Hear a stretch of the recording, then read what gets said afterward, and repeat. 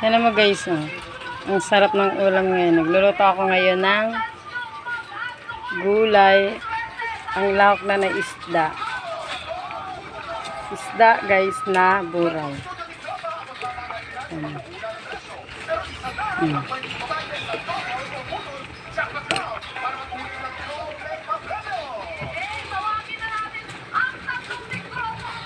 Yan ang ulam natin ngayong araw.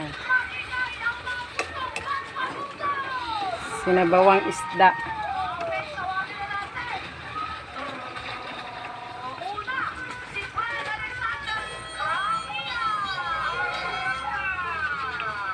Ganito talaga ang mga ulam na ng probinsya. Titignan ko nga.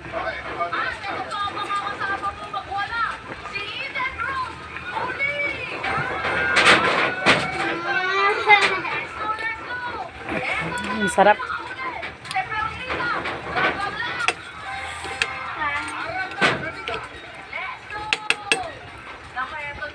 Tapos, siyempre, parang hindi malamog. Tayo na natin. Guys, napakasarap na.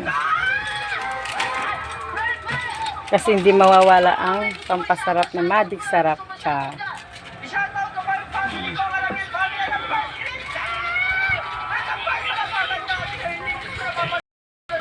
At okay na nga guys, ito na, oh, nakahain na. Yun lang, napakasarap nito.